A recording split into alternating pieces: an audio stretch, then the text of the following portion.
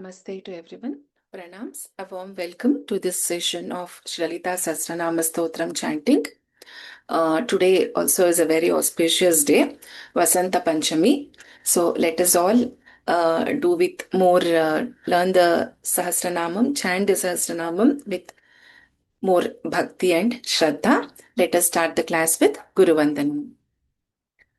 गुरुरेव गतिर्गुरुमेव भजे गुरुणैव सहास्मि नमो गुरवे न गुरोः परमं शिशुरस्मि गुरोः मतिरस्ति गुरौ मम पाहि गुरो. Dhyanam. Let us visualize the form of Lalita Parameshwari. सिन्दूरारुणविग्रहान् त्रिनयनां माणिक्यमौलिस्फुरत् तारानायकशेखरां स्मितमुखीमापीनवक्षोरुहां पाणिभ्यामलिपूर्णरत्नचषकं रक्तोत्पलं बिभ्रतीं सौम्यां रत्नघटस्थरक्तचरणान् ध्यायेत् परामम्बिकाम्. अरुणां करुणातरङ्गिताक्षीं धृतपाशाङ्कुशपुष्पबाणचापाम् अणिमादिभिरावृतां मयूखैः अहमित्येव विभावये भवानीं.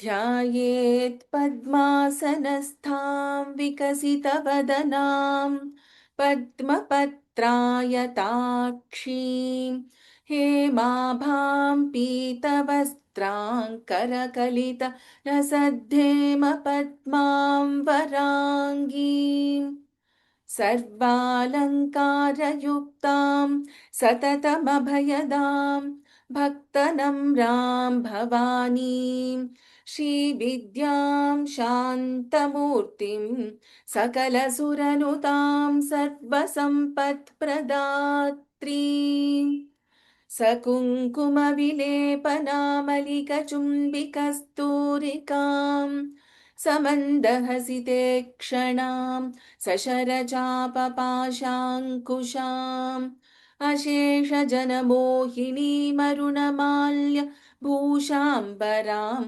जपाकुसुमभासुरान् जपविधौ स्मरेदम्बिकाम्. श्रीमात्रे नमः. श्रीमाता श्रीमहाराज्ञी श्रीमत्सिंहासनेश्वरी चिदग्निकुण्डसम्भूता देवकार्यसमुद्यता उद्यद्भानुसहस्राभा चतुर्बाहुसमन्विता रागस्वरूपपाषाढ्या क्रोधाकाराङ्कुशोज्ज्वला. Let us start from where we had stopped at the last class. So I will chant once. You can repeat after me once. Okay. Please keep your camera on. So we will be starting from verse number 71. We had done 1 to 70 in the last class. So we'll continue from 71st verse. At the end of the class, I will teach the new shlokas, new verses also today. As it is Vasanta Panchami, let us also learn new verses. राजराजार्चिता राज्ञी रम्या राजीवलोचना रञ्जनी रमणीरस्या रणत्किङ्किणिमेखला. राजराजार्चिता राज्ञी रम्या राजीवलोचना रञ्जनी रमणीरस्या रणत्किङ्किणिमेखला. रमा राकेन्दुवदना रतिरूपा रतिप्रिया रक्षाकुसुमहारा शाकरी राक्षसघ्नी रामा रमणलम्पटा रमा राकेन्दुवदना रतिरूपा रतिप्रिया रक्षाकरी राक्षसघ्नी रामा रमणलम्पटा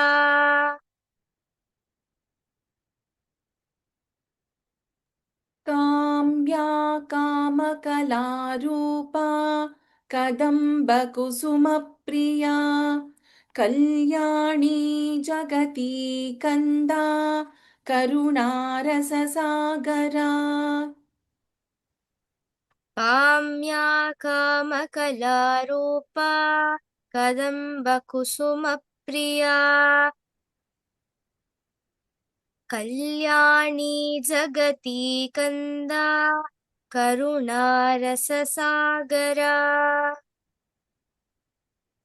कलावती कलालापा कान्ता कादम्बरी प्रिया वरदा वामनयना वारुणी मदविह्वला कलावती कलालापा कान्ता कादम्बरी प्रिया वरदा वामनयना वारुणी मदविह्वला विश्वाधिका वेदवेद्या विन्ध्याचलनिवासिनी विधात्री वेदजननी विष्णुमाया विलासिनी विश्वाधिका वेदवेद्या विन्ध्याचलनिवासिनी विधात्री वेदजननी विष्णुमाया विलासिनी क्षेत्रस्वरूपा क्षेत्रेशी क्षेत्रक्षेत्रज्ञपालिनी क्षयवृद्धिविनिर्मुक्ता क्षेत्रपालसमर्चिता क्षेत्रस्वरूपा क्षेत्रेशी क्षेत्रक्षेत्रज्ञपालिनी क्षयवृद्धिविनिर्मुक्ता क्षेत्रपालसमर्चिता विजया विमला वन्द्या वन्दारुजनवत्सला वाग्वादिनी वामकेशी वह्निमण्डलवासिनी विजया विमला वन्द्या वन्दारुजनवत्सला वाग्वादिनी वामकेशी वह्निमण्डलवासिनी भक्तिमत्कल्पलतिका पशुपाशविमोचिनी संहृता शेषपाषण्डा सदाचारप्रवर्तिका भक्तिमत्कल्पलतिका पशुपाशविमोचिनी संहृता शेषपाषण्डा सदाचारप्रवर्तिका तापत्रयाग्निसन्तप्तसमाह्लादनचन्द्रिका तरुणी तापसाराध्या तनुमध्या तमोपहा तापत्रयाग्निसन्तप्तसमाह्लादनचन्द्रिका तरुणी तापसाराध्या तनुमध्या तमोपहा चितिस्तत्पदलक्ष्यार्था चिदेकरसरूपिणी स्वात्मानन्दलवीभूतब्रह्माद्यानन्दसन्ततिः चितिस्तत्पदलक्ष्यार्था चिदेकरसरूपिणी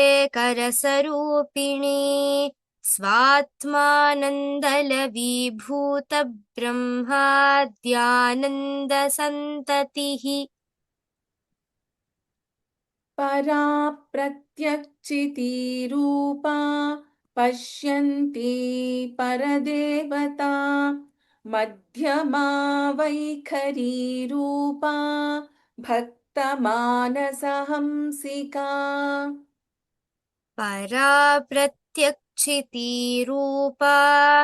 पश्यन्ती परदेवता मध्यमा वैखरीरूपा भक्तमानसहंसिका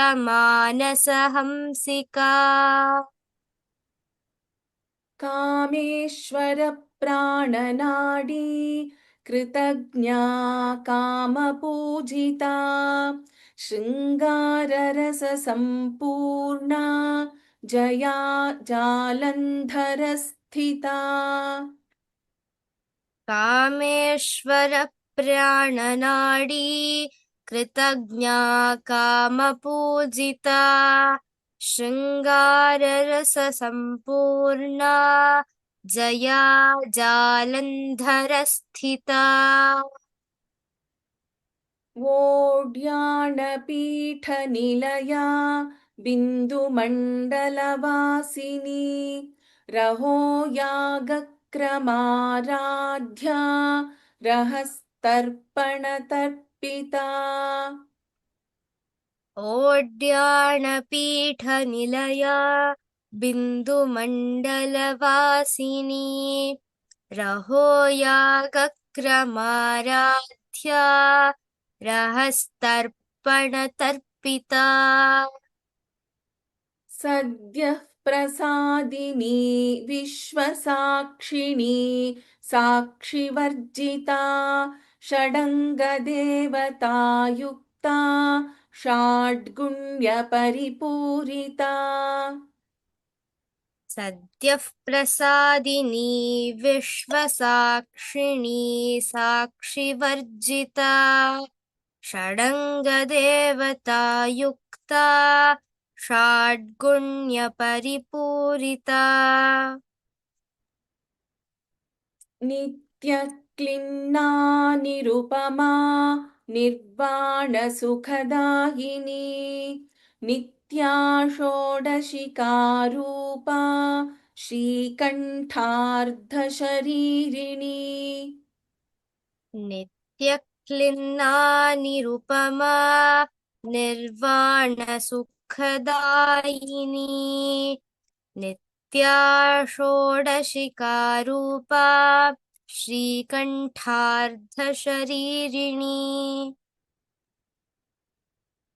प्रभावती प्रभारूपा प्रसिद्धा परमेश्वरी मूलप्रकृतिरव्यक्ता व्यक्ता व्यक्तस्वरूपिणी प्रभावती प्रभारूपा प्रसिद्धा परमेश्वरी मूलप्रकृतिरव्यक्ता व्यक्ता व्यक्तस्वरूपिणी व्यापिनी विविधाकारा विद्या विद्यास्वरूपिणी महाकामेश नयन कुमुदाह्लादकौमुदी व्यापिनी विविधाकारा विद्या विद्यास्वरूपिणी महाकामेश नयन कुमुदाह्लादकौमुदी भक्तहार्दतमो भेदभानुमद्भानुसन्ततिः शिवदूती शिवाराध्या शिवमूर्तिः शिवङ्करी भक्तहार्दतमो भेदभानुमद्भानुसन्ततिः शिवदूती शिवाराध्या शिवमूर्तिः शिवङ्करी शिवप्रिया शिवपरा शिष्टेष्टा शिष्टपूजिता अप्रमेया स्वप्रकाशा मनोवाचामगोचरा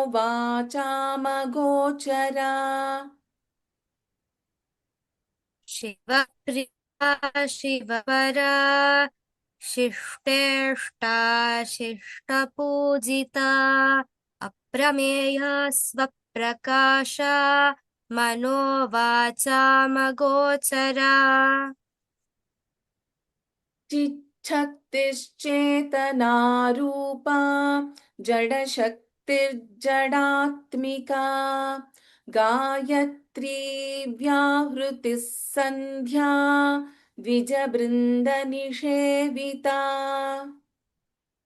चिच्छक्तिश्चेतनारूपा जडशक्तिर्जडात्मिका गायत्री व्याहृतिः सन्ध्या द्विजबृन्दनिषेविता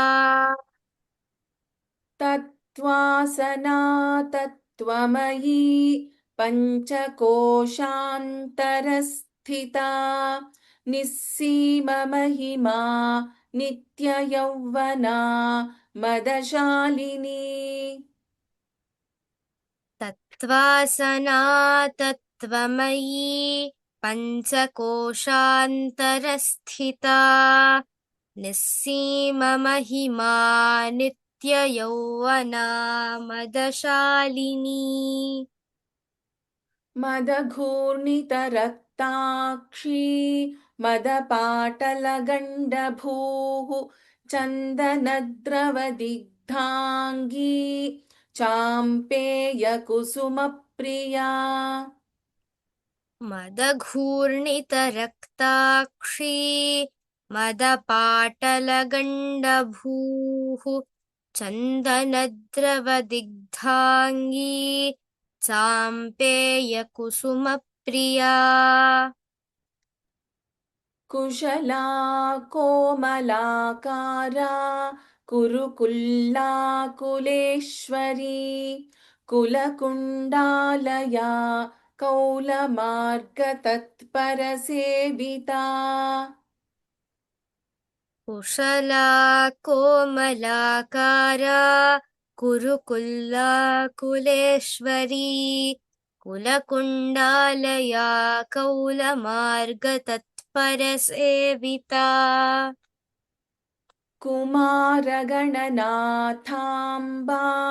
तुष्टिः पुष्टिर्मतिर्धृतिः शान्तिः स्वस्तिमती कान्तिर्नन्दिनी विघ्ननाशिनी कुमारगणनाथाम्बा तुष्टिः पुष्टिर्मतिर्धृतिः शान्तिः स्वस्तिमती कान्तिर्नन्दिनी विघ्ननाशिनी तेजोवती त्रिनयना लोलाक्षी कामरूपिणी मालिनी हंसिनी माता मलयाचलवासिनी तेजोवती त्रिनयना लोलाक्षी कामरूपिणी मालिनी हंसिनी माता मलयाचलवासिनी सुमुखी नलिनी शुभ्रूशोभना सुरनायिका कालकण्ठी कान्तिमती क्षोभिणी सूक्ष्मरूपिणी सुमुखी नलिनी शुभ्रूः शोभना सुरनायिका कालकण्ठी कान्तिमती क्षोभिणी सूक्ष्मरूपिणी वज्रेश्वरी वामदेवी वयोवस्था विवर्जिता सिद्धेश्वरी सिद्धविद्या सिद्धमाता यशस्विनी वज्रेश्वरी वामदेवी वयोवस्था विवर्जिता सिद्धेश्वरी सिद्धविद्या सिद्धमाता यशस्विनी विशुद्धिचक्रनिलया रक्तवर्णा त्रिलोचना खट्वाङ्गादिप्रहरणा वदनैकसमन्विता विशुद्धिचक्रनिलया रक्तवर्णा त्रिलोचना खट्वाङ्गादिप्रहरणा वदनैकसमन्विता पायसान्नप्रिया त्वक्स्था पशुलोकभयङ्करी अमृतादिमहाशक्तिसंवृता डाकिनीश्वरी पायसान्नप्रिया त्वक्स्था पशुलोकभयङ्करी अमृतादिमहाशक्तिसंवृता डाकिनीश्वरी अनाहताब्जनिलया श्यामा भावदनद्वया दंष्ट्रोज्ज्वलाक्षमालादिधरा रुधिरसंस्थिता अनाहताब्जनिलया श्यामा भावदनद्वया दंष्ट्रोज्ज्वलाक्षमालादिधरा रुधिरसंस्थिता कालरात्र्यादिशक्त्यौघवृता स्निग्धौदनप्रिया महावीरेन्द्रवरदा राकिन्यम्बा स्वरूपिणी कालरात्र्यादिशक्त्यौघवृता स्निग्धौदनप्रिया महावीरेन्द्रवरदा राकिन्यम्बा स्वरूपिणी मणिपूराब्जनिलया वदनत्रयसंयुता वज्रादिकायुधोपेता डामर्यादिभिरावृता मणिपूराब्जनिलया वदनत्रयसंयुता वज्रादिकायुधोपेता डामर्यादिभिरावृता रक्तवर्णा मांसनिष्ठा गुडान्नप्रीतमानसा समस्तभक्तसुखदा लाकिन्यम्बा स्वरूपिणी रक्तवर्णा मांसनिष्ठा गुडान्नप्रीतमानसा समस्तभक्तसुखदा लाकिन्यम्बा स्वरूपिणी स्वाधिष्ठानाम्बुजगता चतुर्वक्त्रमनोहरा शूलाद्यायुधसम्पन्ना पीतवर्णातिगर्विता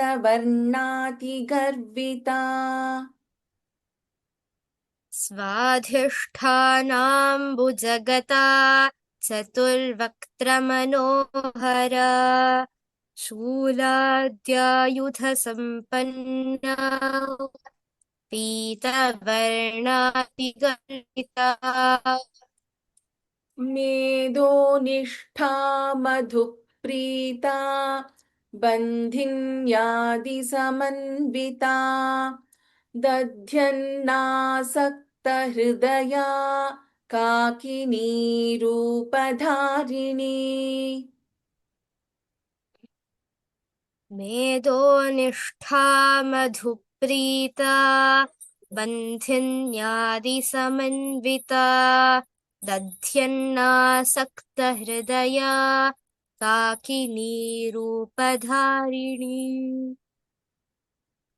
मूलाधाराम्बुजारूढा पञ्चवक्त्रास्थिसंस्थिता अङ्कुशादिप्रहरणा वरदादिनिषेविता मूलाधारा भुजारूढा पञ्चवक्त्रास्थिसंस्थिता अङ्कुशादिप्रहरणा वरदादिनिषेविता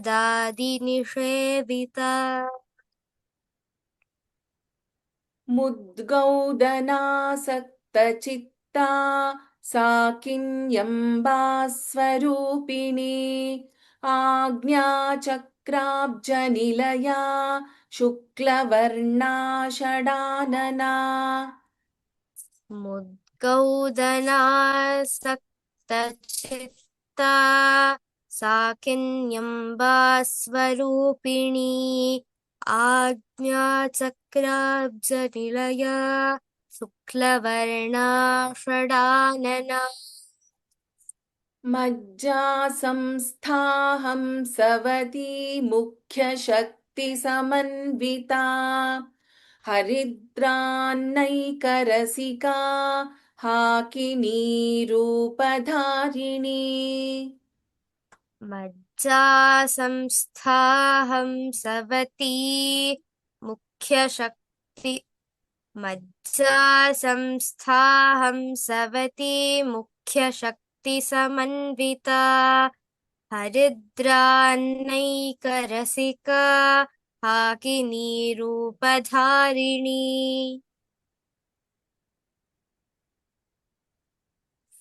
सहस्रदलपद्मस्था सर्ववर्णोपशोभिता सर्वायुधधरा शुक्लसंस्थिता सर्वतोमुखी सहस्रदलपद्मस्था सर्ववर्णोपशोभिता सर्वायुधधरा शुक्लसंस्थिता सर्वतोमुखी सर्वौदनप्रीतचित्ता याकिन्यम्बास्वरूपिणी स्वाहा स्वधामतिर्मेधा श्रुतिस्मृतिरनुत्तमा सर्वौदनप्रीतचित्ता या किन्यम्बा स्वरूपिणी स्वाहा स्वधामतिर्मेधा श्रुतिस्मृतिरनुत्तमा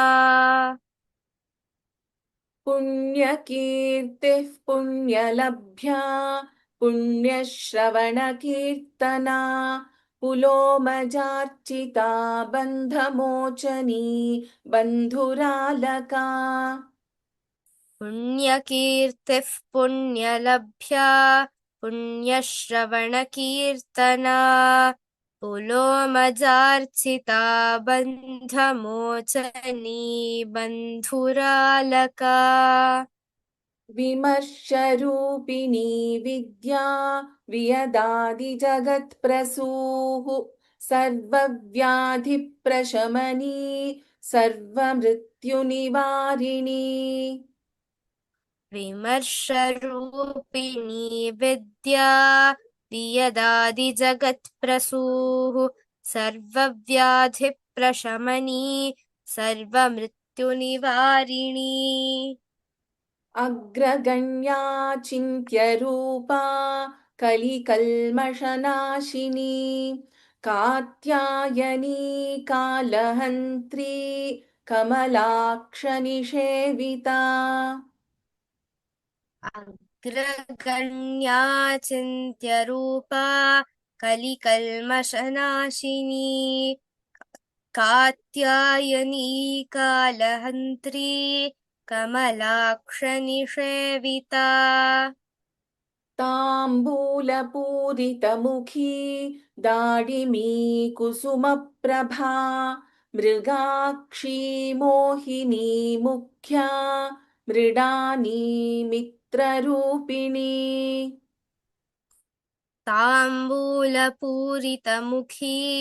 दाडिमी कुसुमप्रभा मृगाक्षी मोहिनी मुख्या मृडानी मित्ररूपिणी नित्यतृप्ता भक्तनिधिर्नियन्त्री निखिलेश्वरी मैत्र्यादिवासनालभ्या महाप्रलयसाक्षिणी नित्यतृप्ता भक्तनिधिर्नियन्त्री निखिलेश्वरी मैत्र्यादिवासनालभ्या महाप्रलयसाक्षिणी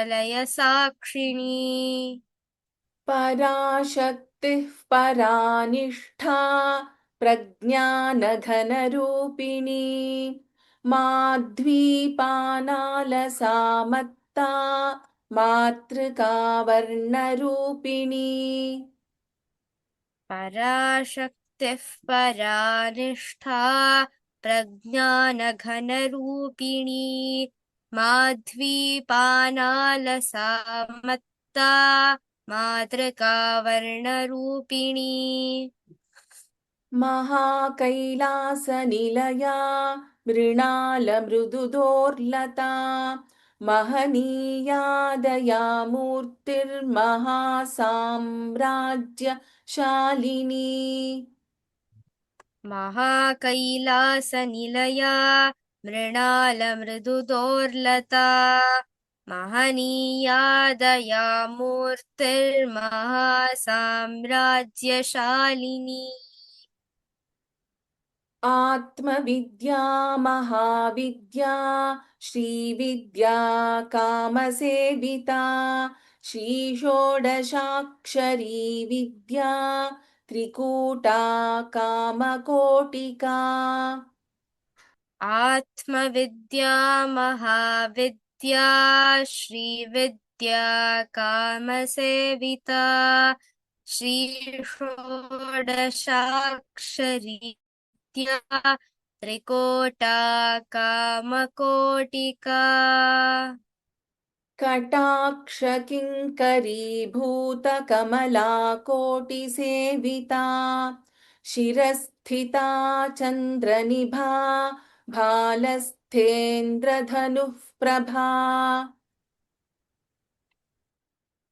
कटाक्षकिङ्करीभूतकमलकोटिसेविता शिरस्थिता चन्द्रनिभा भालस्थेन्द्रधनुः प्रभा हृदयस्थारविप्रख्या त्रिकोणान्तरदीपिका दाक्षायणी दैत्यहन्त्री दक्षयज्ञविनाशिनी हृदयस्थारविप्रख्या त्रिकोणान्तरदीपिका दाक्षायणी दैत्यहन्त्री दक्षयज्ञविनाशिनी दरान्दोलितदीर्घाक्षी दरहासोज्ज्वलन्मुखी गुरुमूर्तिर्गुणनिधिर्गोमाता गुहजन्मभूः दरान्दोलितदीर्घाक्षी दरहासोज्ज्वलन्मुखी गुरुमूर्तिर्गुणनिधिर्गोमाता गुहजन्मभूः देवेशी दण्डनीतिस्था दहराकाशरूपिणी प्रतिपन्मुख्यराकान्ततिथिमण्डलपूजिता देवेशी दण्डनीतस्था दहराकाशरूपिणी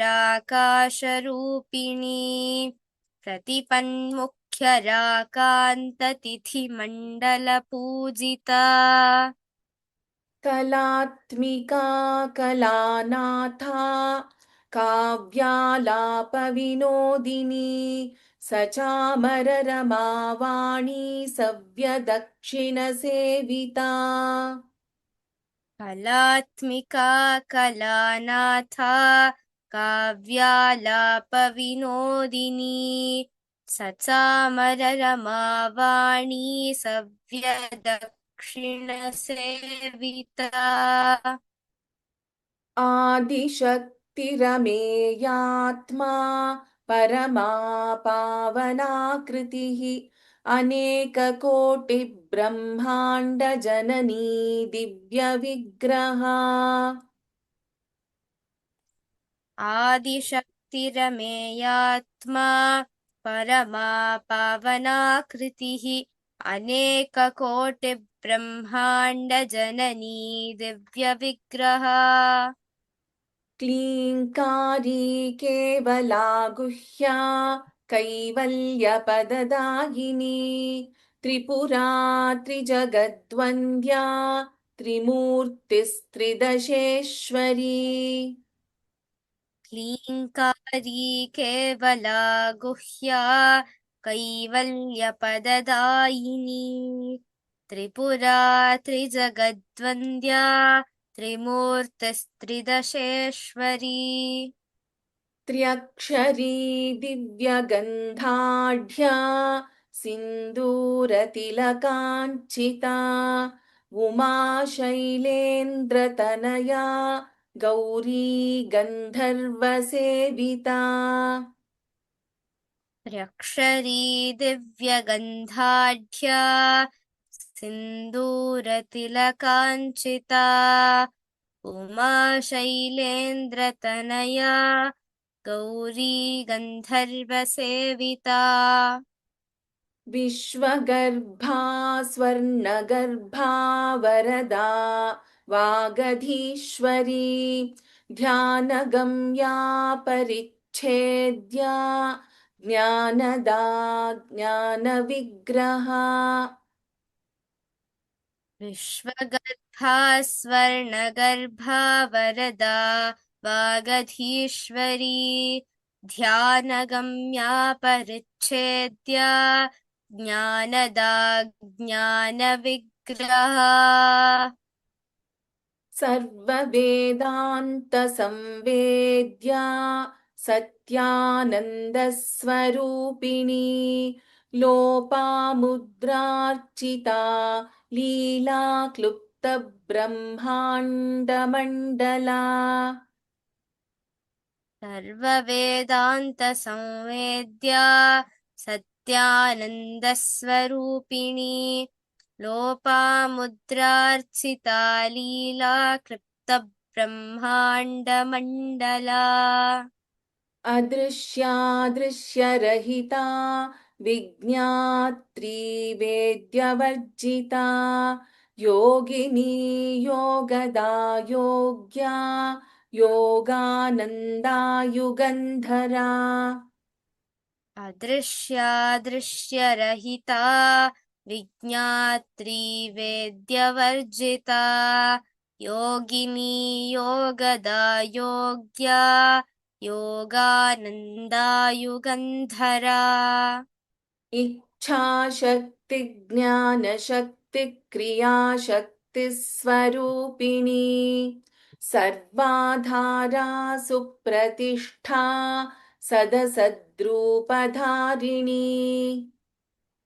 इच्छाशक्तिज्ञानशक्तिक्रियाशक्तिस्वरूपिणी सर्वाधारा सुप्रतिष्ठा सदसद्रूपधारिणी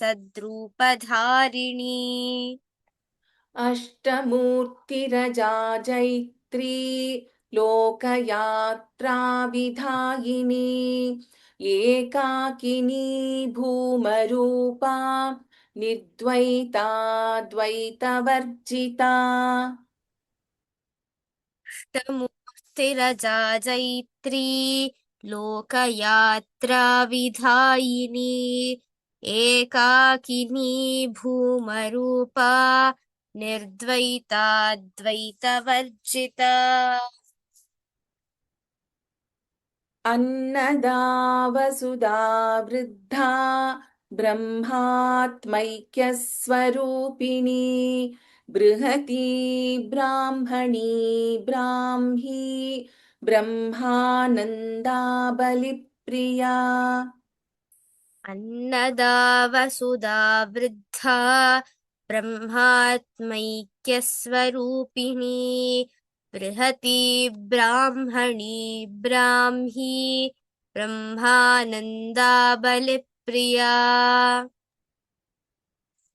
भाषारूपा बृहत्सेना भावा भावविवर्जिता सुखाराध्या शुभकरी शोभना सुलभा गतिः भाषारूपा बृहत्सेना भावा भावविवर्जिता सुखाराध्या शुभकरी शोभना सुलभा गतिः राजराजेश्वरी राज्यदायिनी राज्यवल्लभा राजत्कृपा राजपीठनिवेशितनिजाश्रिता राजराजेश्वरी राज्यदायिनी राज्यवल्लभा राजत्कृपा राजपीठनिवेशितनिजाश्रिता राज्यलक्ष्मीः कोशनाथा चतुरङ्गबलेश्वरी साम्राज्यदायिनी सत्यसन्धा सागरमेखला राज्यलक्ष्मीः कोशनाथा चतुरङ्गबलेश्वरी साम्राज्यदायिनी सत्यसन्धा सागरमेखला दीक्षिता दैत्यशमनी सर्वलोकवशङ्करी सर्वार्थदात्री सावित्री सच्चिदानन्दरूपिणी दीक्षिता दैत्यशमनी सर्वलोकवशङ्करी सर्वार्थदात्री सावित्री सच्चिदानन्दरूपिणी देशकालापरिच्छिन्ना सर्वगा सर्वमोहिनी सरस्वती शास्त्रमयी गुहाम्बा गुह्यरूपिणी देशकालापरिच्छिन्ना सर्वगा सर्वमोहिनी सरस्वती शास्त्रमयी गुहाम्बा गुह्यरूपिणी सर्वोपाधिविनिर्मुक्ता सदाशिवपतिव्रता सम्प्रदायेश्वरी साध्वी गुरुमण्डलरूपिणी सर्वोपाधिविनिर्मुक्ता सदाशिवपतिव्रता सम्प्रदायेश्वरी साध्वी गुरुमण्डलरूपिणी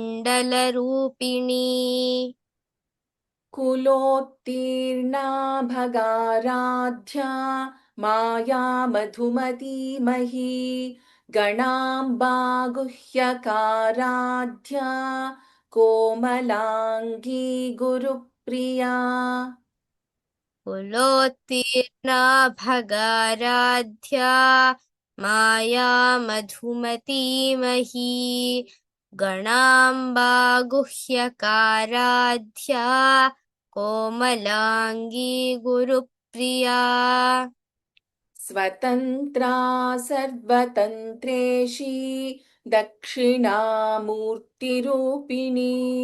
सनकादिसमाराध्या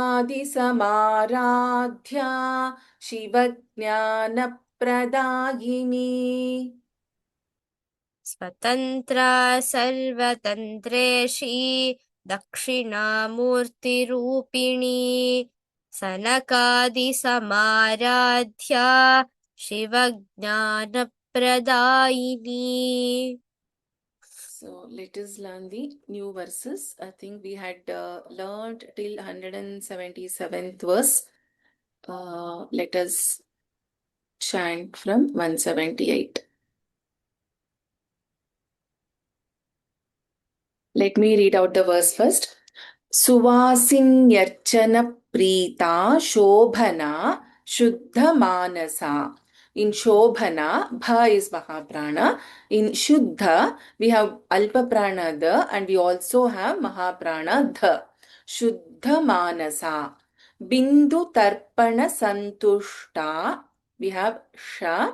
Bindu Tarpana Santushta.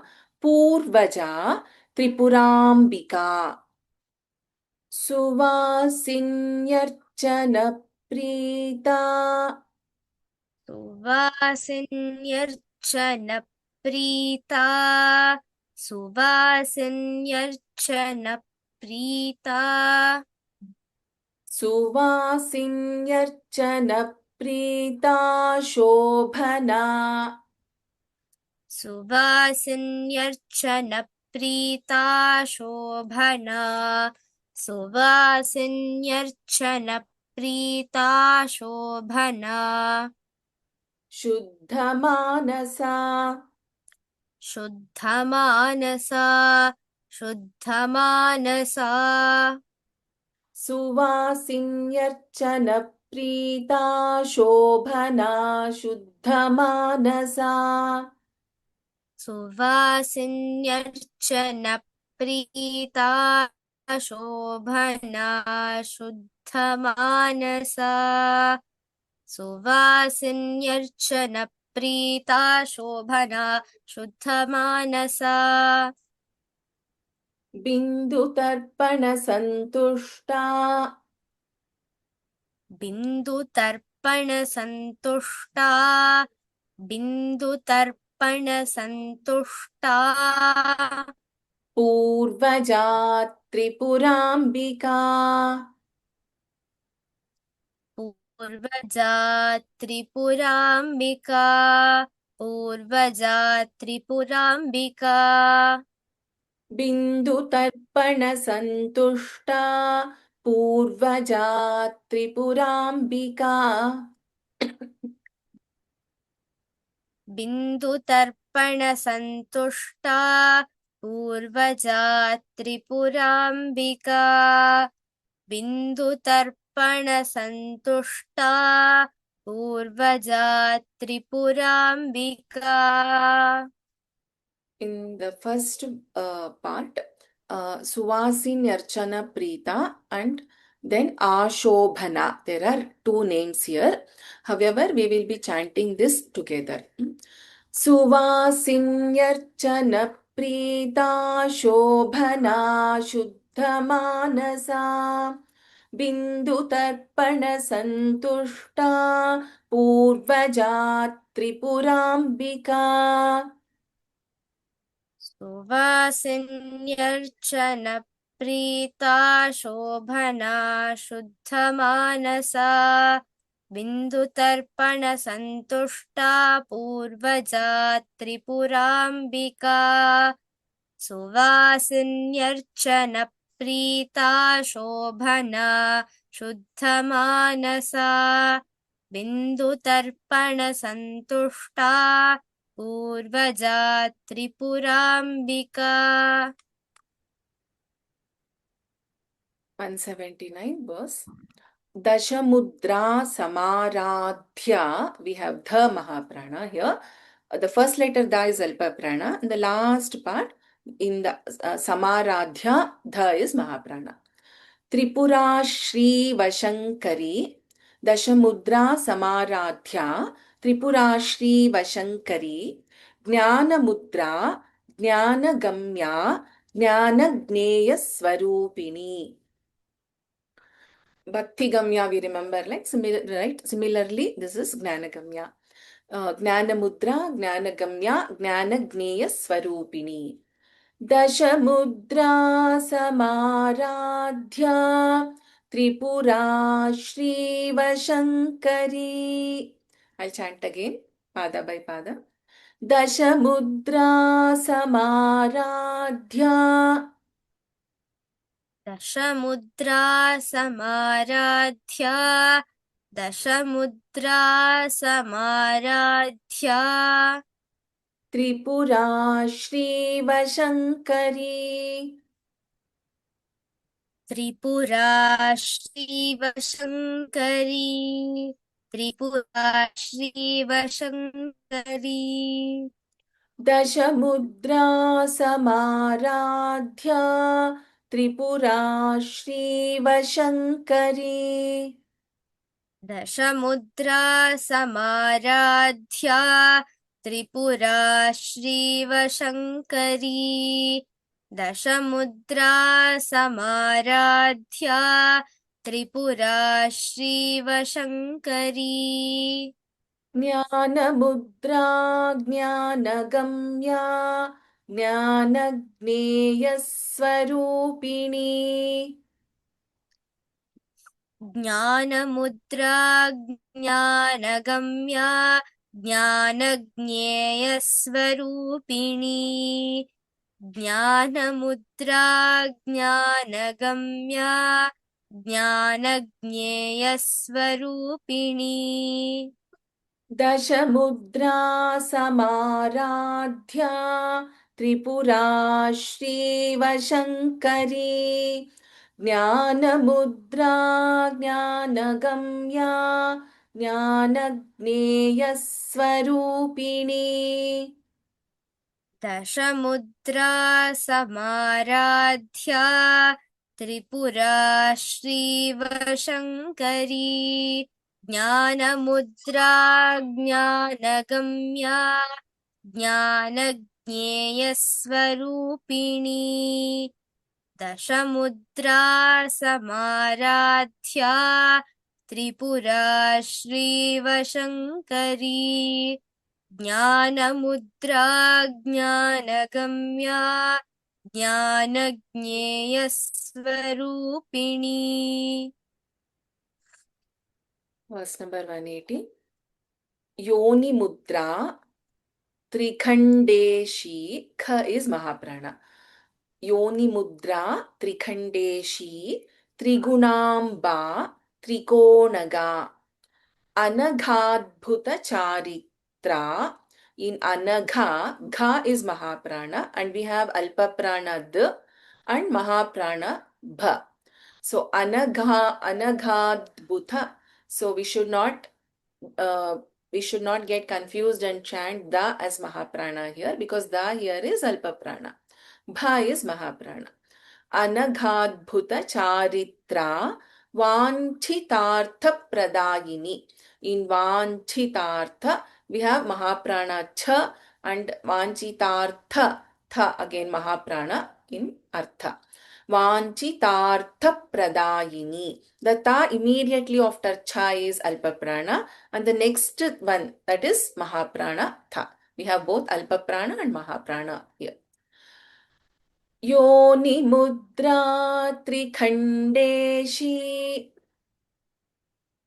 योनिमुद्रा त्रिखण्डेशी योनिमुद्रा त्रिखण्डेशी त्रिगुणाम्बा त्रिकोणगा त्रिगुणाम्बा त्रिकोणगा त्रिगुणाम्बा त्रिकोणगा योनि मुद्रा त्रिखण्डेशी त्रिगुणाम्बा त्रिकोणगा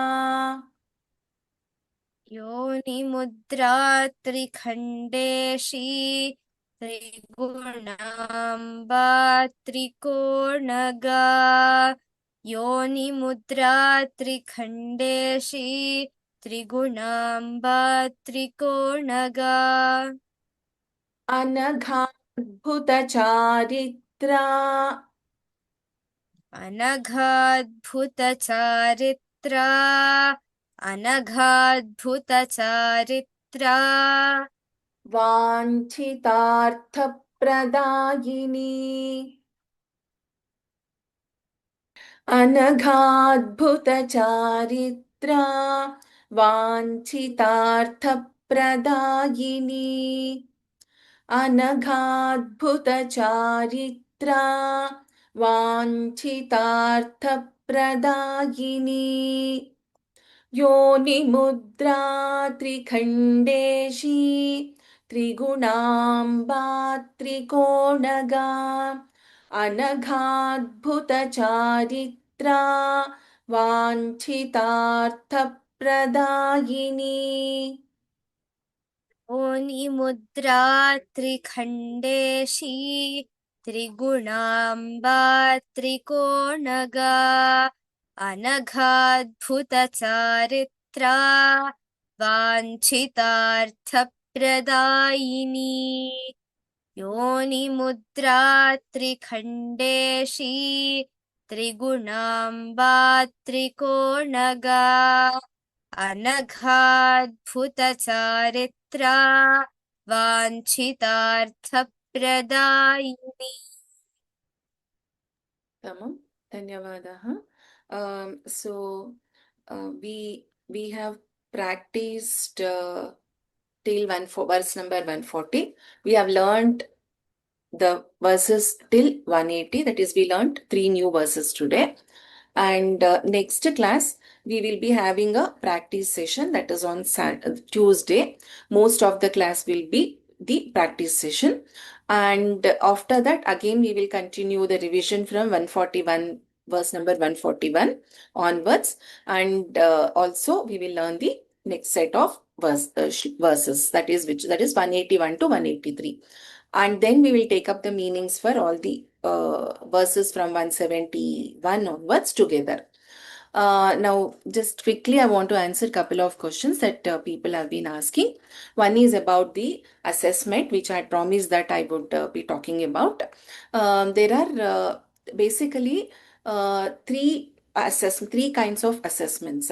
So, the first one is the memorization of the Lalita Sahasranama Stotram, and on the assessment day, chanting the verses without seeing the book. So the judges can ask in between, like I can ask if whoever is coming on that day, the acharyas we can call rather than judges, because this will be a samarpanam to Devi. So if they say you can chant from Yoni Mudra, then you will chant without seeing the book from Yoni Mudra Trikhandeshi. You will continue from there till whatever point they ask.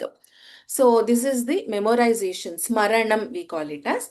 So without seeing the book. Second assessment is I want to see the book and chant. I have not memorized. That is, then in that case, the Acharya will ask you, whoever is there on that day, to chant like verse number 120. So you will see the script which is available with you and chant from verse number 120 onwards. Third is a computer-based assessment. Because in this course, we have also done the meanings. There is a computer-based assessment which can be taken up by people, where there will be multiple choice kind of objective type questions. Like for example, which is the first name of Lalita Sahasranamam, or what is the meaning of the 4 meanings will be given, and you can choose the correct meaning. So like this, there will be based on what you have learnt in the class with respect to the meanings and the text, that meanings what you have seen on the screen. So these are the 3 different assessments, and people can take Smaranam and the computer-based assessment, or people can take Parayanam and computer-based assessment. You cannot take both Smaranam and Parayanam together. You have to choose between Smaranam or Parayanam, but everyone can take computer-based test. That is the that which you can take. You will get a link and you can just select the answers based on the questions. So the CBT, the computer-based assessment, will be at a different timing and on a day, and the Smaranam and Parayanam will be on a different day.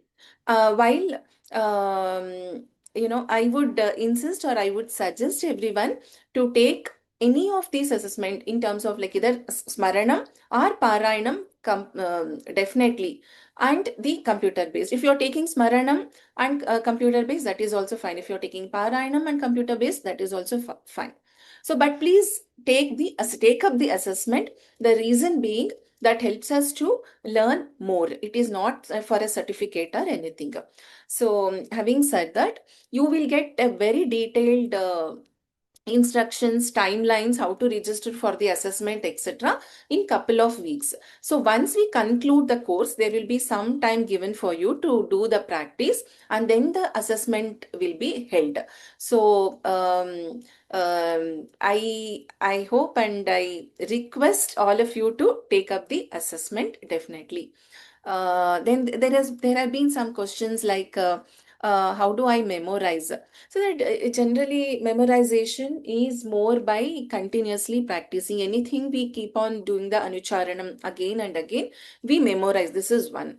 Sometimes people find it difficult to do the entire Sahasranamam memorization together. So they take something like block by block. Like for example, some people would like to take 1 to 5, 1 to 10.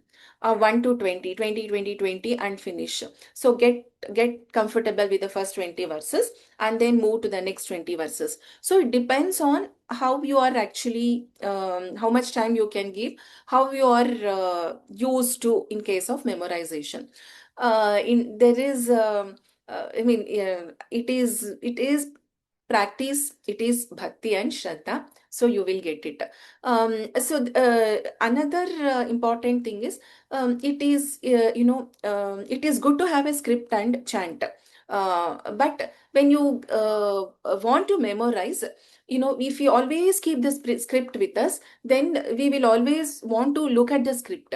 So to memorize, it is, once, for example, you pick up 1 to 20 verses and you want to memorize. So memorize it, close the book and chant and check. You can record and check yourself, or you can keep playing the recordings available on the Vyoma, the course page. Keep listening to his Shravanam again and again, hearing again and again, chanting. That is the only way to memorize.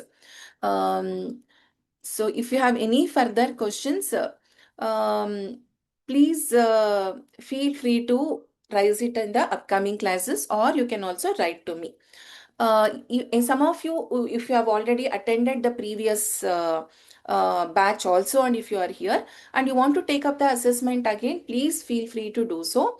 As I said, this is not for certificate. This is only to correct ourselves and learn more. That's it. And you can take up, if you have already done a Parayanam assessment, try to do the memorization Smaranam assessment. In this course, Palashruti is not covered. It is only the learning of the Sahasranamam which is covered.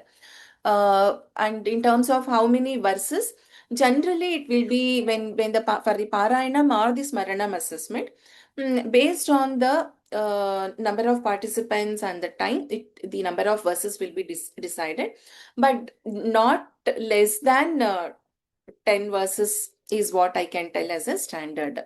So, Parayanam could be little more number of verses.